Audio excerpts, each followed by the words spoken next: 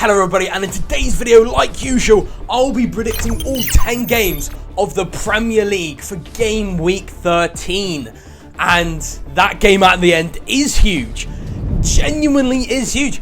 It's Liverpool versus Manchester City. I have no clue what to predict for that game. I'm still thinking of it now. But after I predict that game, I'll then move on to my goal of game week 12 and then see how good I did last week in my predictions to see how many points I got. We move to the Friday night kickoff from the 29th of November. It's at the Amex Stadium. It's Brighton and Hove Albion versus Southampton. Brighton, it wasn't all amazing in the last game versus Bournemouth. You did win at 2-1, but only just about. I could definitely see Bournemouth getting that second goal 100%. In a different universe somewhere. Throughout the entire game, I would say it was quite close, you know. Bournemouth did very well. Probably the best thing that happened in the last game for Southampton that I loved was Paul Onuachu. I hope I pronounced that right. I love that movement. That has to be the craziest movement of the season so far. The no-look pass as well. The confidence to do that against Liverpool is amazing. And he looks like an absolute beast. And plus, Southampton, they did pretty decently well against Liverpool. Did really well to get a couple of goals, push Liverpool, and even take the lead at one point. So it's not going to be a walk in the park for Brighton, but I still feel like Brighton will win it. I mean, come on, Brighton. They're still miles better than Southampton, especially at the Amex Stadium. They're in 5th, while you're in 20th, Southampton. So I'm going to have to go Brighton. They just look too good. So I am going to go for a Brighton 2-0. Decently comfortable win. We now move to the 3 PM Saturday kickoffs. It's at the Molineux Stadium. It's Wolverhampton Wanderers versus AFC Bournemouth. Wolves, they're back. They're on fire. And more in particular, Mateus Cunha. He has to be player of the month. He's just insane. He's too good. He is such a crucial asset. He gets goals and assists all the time. He's so creative. And with him in the side, Cunha, him alone will be able to keep Wolves in this game and at least get a point. But to back up my reasoning for Wolves not losing this is that they're at the Molineux Stadium, plus they've won the last 2 games. They battered Fulham. Even if Fulham didn't go down to 10 men because of the injury to Anderson, I would still think Wolves would win that. So they did very good. And you're facing Bournemouth, which lost at 2-1 against Brighton. But to be fair, I think they deserved a point in that game. They were really pushing at the end there. And they have some great talents doing really well at Bournemouth. But they still lost it against Brentford. And they still lost it against Brighton. And especially away from home, from a bouncing back Wolves side, I cannot see Bournemouth getting a win either. So I want to go for Wolves' win, but Bournemouth, they still look really good against Brighton. I can't go with Bournemouth to get another loss, especially after they even beat Man City. So I am going down the middle for a Desmond high-scoring 2-2 draw between Wolverhampton Wanderers and AFC Bournemouth. We move to Selhurst Park. It's Crystal Palace versus Newcastle United. Last night I watched it, so this is recorded on the Tuesday. I was so confident going into the game. The first 10 minutes, I was so confident. Even when West Ham scored, I wasn't upset. I was like, easy. We conceded early on against Nottingham Forest, and I just assumed the same thing will happen. We'll go on and win it 3-1 or 4-1 and batter them. Because even after West Ham scored that first goal, we got back into it like the first 10 minutes. And we were the dominant side, and we didn't just look dominant, we did it in such a good fashion. We broke West Ham defence multiple times in the first half. We were electric, we were exciting, we were constantly going forward. Honestly, that Newcastle side I absolutely love. I don't know how we didn't score, but it was just shooting in general. We just weren't clinical. It was that simple. In the second half, when they got that second goal, they were the dominant side. We only had a few chances, and eventually West Ham did pretty good. But overall, I thought we deserved the win. We were so good, and I can't see us going another game without a win. We are looking so good. You could call me biased, but Crystal Palace, you did well. It was quite even against Aston Villa. You did very well against Aston Villa to capitalise that high line. And I feel like it would be a close game. Logically, I would go for a 1-1 draw because I feel like Crystal Palace have got enough in them and they're home. But Newcastle, we just look too good. We beat Arsenal, we beat Nottingham Forest, and we should have beaten West Ham. And from the things I've seen, we should win this. We look amazing. Trust me, that 2-0 will not happen again in this game. We look too good. I'm just going to go for a common scoreline, 2-1 to the Toon. Surely Newcastle, surely we can get a win here. We move to the City ground. It's Nottingham Forest versus Ipswich Town. And Nottingham Forest, I predicted you pretty well. I said you were going to go on a bit of a downfall and lose it to Newcastle and lose it against Arsenal. And you did exactly that. In fact, I was a bit nice to you because I said it would be much closer in both the Newcastle-Arsenal game, but it was actually worse off. You got battered against Arsenal. There is no excuses in that game. Arsenal, simple as, they were better than Nottingham Forest. There's no more to add to that. And going against Ipswich Town, you may think we're at home.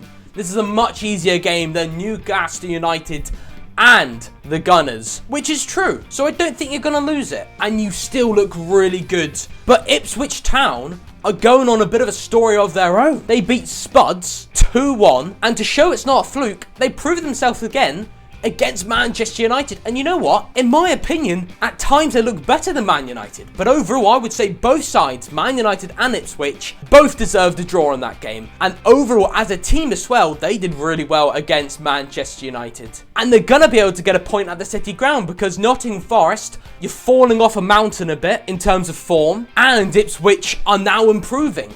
So I feel like it's a good time for Ipswich to get a point against a Nottingham Forest side which looks very good. I'm going down the middle for your classic 1-1 draw between Nottingham Forest and Ipswich Town. We move to the G-Tech Community Stadium. It's Brentford versus Leicester City. And Brentford, you could say, especially from the last game, that defensively you were pretty good, especially that you got a clean sheet. But to be honest, it was probably because Everton are just terrible at shooting and terrible at taking their chances. Normally, you would concede a lot of goals if you go down to 10 men like you did. Brentford are definitely the favourites. They're at home. In my opinion, they look slightly better than Leicester at the moment, especially with a great attacking threat, but they are missing both Rico Henry and Aaron Hickey in the fullbacks positions. And because they're missing them, they don't really have the best defenders in the fullback positions, and that's why they concede so many goals.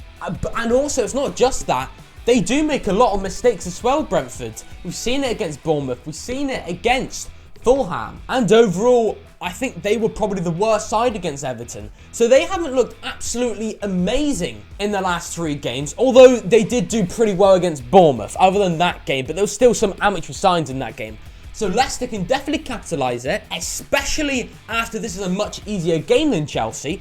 And now Steve Cooper is sacked. I think it's a bit harsh considering they aren't in the relegation zone, although they are quite close, and it was a very bad performance against Chelsea. Kind of want to go Brentford, but I'm going to give Leicester the extra point. I still feel like they've got quality in a lot of areas, especially the wingers, and they'll be able to capitalise Brentford's fullbacks, and they're going to get a point here. 1-1 come the final whistle between Brentford and Leicester. We move to the London Stadium. It's West Ham United versus the Gunners. West Ham United, they did win it 2-0 against Newcastle, and you know what? Ever since the second goal, they were the better side and they were controlling the game. But like against Man United, I just feel like they shouldn't have gotten 3 points, but somehow they did. And I don't know how they did, and they didn't look convincing enough for me. They still did well though, but I just thought at times they looked a bit meh and they looked a bit unconvincing. And going against Arsenal, which is back. That is right, Arsenal are back on winning ways, thrashing Nottingham Forest. That's amazing. That is proving Arsenal's amazingness, if that's a word. Nothing but an Arsenal win. They're now back, and once they got back on the winning form, they are going to keep on winning. But I am going for an absolute battering. Arsenal just look on top of things after the 3-0 win. I'm really confident to say they're going to win this game 4-1 quite convincingly away from home against West Ham United. We move to Stamford Bridge. It's Chelsea versus Aston Villa. Aston Villa, there are a lot of concerns that I have personally seen in the Liverpool game, and I have also seen in your last game against Crystal Palace. It's what you would call a high line. I remember this being troubling back last season when you lost it 5-1 against Newcastle United. And as a Newcastle fan, I really remember that game. But the high line was the problem. When you lose it in forward areas, on the counter-attack, you are terrible at defending when someone else is on the counter-attack against you, if you get what I mean. But still, that is a problem defensively. That is a problem. And going against Chelsea, they are very dangerous. The likes of Madueke, the likes of Pedro Neto. which is a world-class player, but the likes of Cole Palmer, they will definitely be able to capitalise Aston Villa's defence. And especially at home, and especially the fact that Chelsea and Aston Villa do have European football, but Aston Villa, they're in the Champions League, so it's going to be harder than Chelsea's games. Plus, in my opinion, Chelsea can cope with European football much better than Aston Villa, as shown, because so far in the Premier League, they've suffered because of that Champions League football. And they're even suffering after an international break against Crystal Palace. They still played well, and at times looked like they could win it, but overall, I think the draw was probably deserved. And Chelsea, in my opinion, they've got more options, because you already know how big the squad is at Chelsea, so they can already rest up better than Aston Villa. Plus, they're at home. So I see a Chelsea win, especially that Aston Villa are dropping in points recently. I can definitely see a Chelsea win. I'm only going to go it tight because I still feel like Aston Villa played well against Crystal Palace.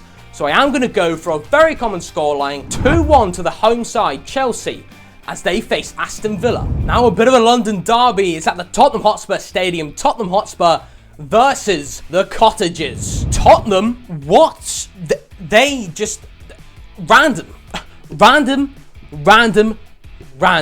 This is just Tottenham. They beat Man City twice, and they did one better. They battered Man City. Doesn't matter if Manchester City had loads of chances, they still battered them. This will be so Spursy. Okay, I might start just alternating between win-loss in each of my predictions. And I will do exactly that. If they lose this game, I'll go for next week for them to win it. And then if they win it, I'll then go for them a loss. I'll literally do that if they lose this game against Fulham. So I am going to go for Tottenham just because they have battered Manchester City and they've won against them twice and they've beat Aston Villa. And overall, I think their side is really, really good compared to Fulham, especially after they lost it against Wolves and it was terrible decision making by Marco Silva. Always leave that extra player on the bench just in case an injury happens. But even without that, like I said, they probably still would have lost. But I'm not going for a battering, but I'm still going for Tottenham to win this 3-2. But I would not be surprised for a random Fulham 5-1 or something like that, you might as well. But after predicting possibly the most unpredictable game possible, I'll be moving on to Old Trafford, Manchester United versus Everton. And the last game, Manchester United, with Ruben Amorim, probably didn't live up to the expectations. And it's probably because it's his first game. And it's away against a team which are kind of on a bounce back after a Tottenham win. And it's not exactly Man United played bad, it's just at some points they just look quite slow in terms of building up to that attack. Because in the first half, they had some really good chances. Amad Diallo, what a player. How fast is he? How talented is he? But other than that, and a couple of other chances, nothing really happened. And when they had the ball, they weren't really progressing up the field when Ipswich were. I've already spoken about Ipswich and how positive they were last game, while Man United was a bit stagnated, if that's even a word. And now they're facing Everton, they're getting the clean sheet, Manchester United. Everton, the 0-0 team, I like to call them. They're going to score 0 goals again because I still feel like their defence is pretty decent. Plus, they're at home against Everton, and it's definitely a winnable game. I'm not going for an absolute battering. I'm going very close, only just about towards Man United, but I'm going for them with home advantage to them to nick it to make it 1-0 towards Man United as they face the 0-0 team Everton. We move to the big game that everyone's going to talk about. It's at Anfield. It's Liverpool versus Manchester City. And Manchester City coming into this is probably pooing their pants after they've lost the last 5 games in all competitions and got battered against Tottenham. I mean, that's twice this season they've lost against Tottenham. And the reason for this downfall at the moment is because of the injuries. The loss of Rodri is huge. De Bruyne not properly being fit at the moment and being injured as well. And they're definitely missing that CDM to break down the play, especially in the Tottenham game. I don't know how they only scored 0 goals. They probably deserved at least a goal or 2, but still they got battered. It was just from capitulation from the entire defence. It was all over the place. They got ripped open and things just aren't going as well as they should be, but there's still a quality side in there. So I don't see them losing this. Not another game, especially how big this game is.